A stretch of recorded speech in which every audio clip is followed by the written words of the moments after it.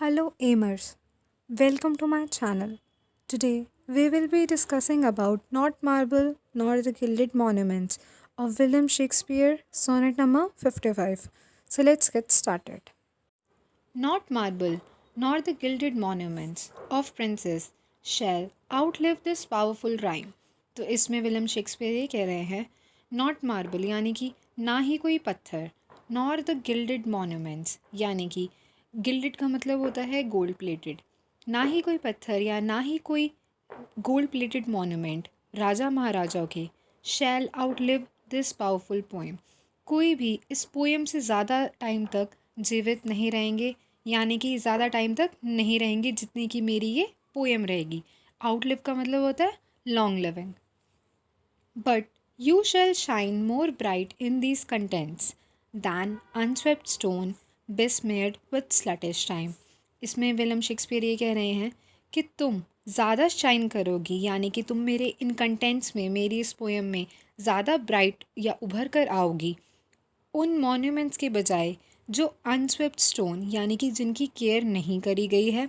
बिस्मेड का मतलब जो अपनी शाइन खो चुके हैं, विथ स्लटिश टाइम यानी इस टाइम के साथ।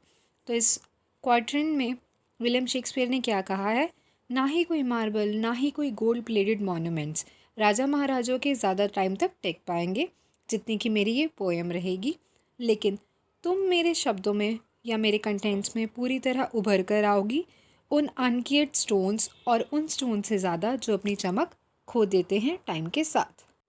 नेक्स्ट क्वाड्रेंट पर बढ़ते हैं। When wasteful war shall statues overturn and broils root out the work of masonry. तो इसमें पोइट क्या कहने जा रहे हैं, व्हेन वेस्टफुल वॉर यानी कि जो ये टाइम ख़राब करने वाले वॉर होते हैं, शेल स्टैचूज ओवरटर्न, ओवरटर्न का मतलब होता है डिस्ट्रॉय, ये टाइम ख़राब करने वाले वॉर स्टैचूज़ को डिस्ट्रॉय कर देंगे। एंड ब्रॉयल्स यानी कि fights root out the work of masonry, work of masonry यानी कि ये स्टैचूज़ के जो जड़ का काम होता है यानी चिनाई वगैरह का काम होता है उसको मिटा देंगी। यानी ये जो टाइम ख़राब करने वाले वॉर है स्टैचूज़ को डिस्ट्रॉय कर देंगे, और ये जो फाइट्स वगैरह हो रही है स्टैचूज़ के काम को ही या स्टैचूज़ को ही जड़ से मिटा देंगे। Nor Mars his sword nor war's quick fire shall burn the living record of your memory.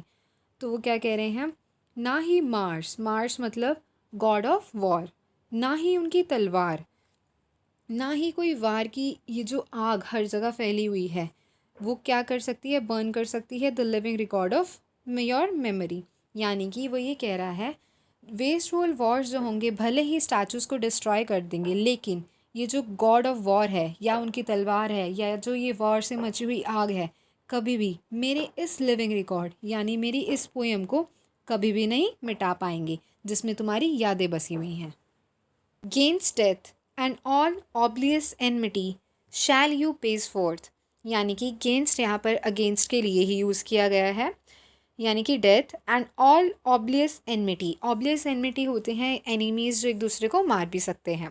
तो डेथ और या फिर जितने भी एनिमीज़ हैं, शैल यू पेज फोर्थ यानी कि मूव फॉरवर्ड, तुम इस डेथ और इन दुश्मनों से मूव फॉरवर्ड कर चुकी हो। Your praise shall still find room even in the eyes of all posterity, और जो तुम्हारी तारीफ़ें हैं वो जगह ढूंढ ही लेगी even in the eyes of all posterity, posterity यानी कि फ्यूचर जनरेशन में, तो तुम्हारी जो तारीफ़ें हैं वो जगह ढूंढ लेगी फ्यूचर जनरेशन की आंखों में। That wear this world out to the ending doom, ending doom का मतलब होता है जजमेंट डे यानी कि एक आखिरी दिन।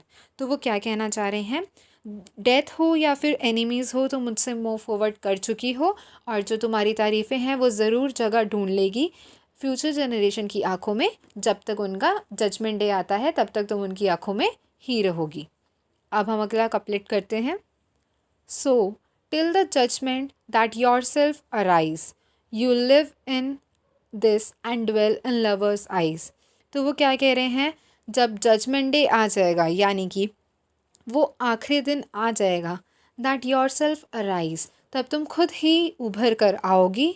यू लिव इन दिस, तुम रहोगी, and dwell in lovers eyes यानी कि लोगों की आँखों में ज़रूर ज़रूर चमकोगी, उनकी आँखों में तुम्हारे लिए जगह होगी ही होगी।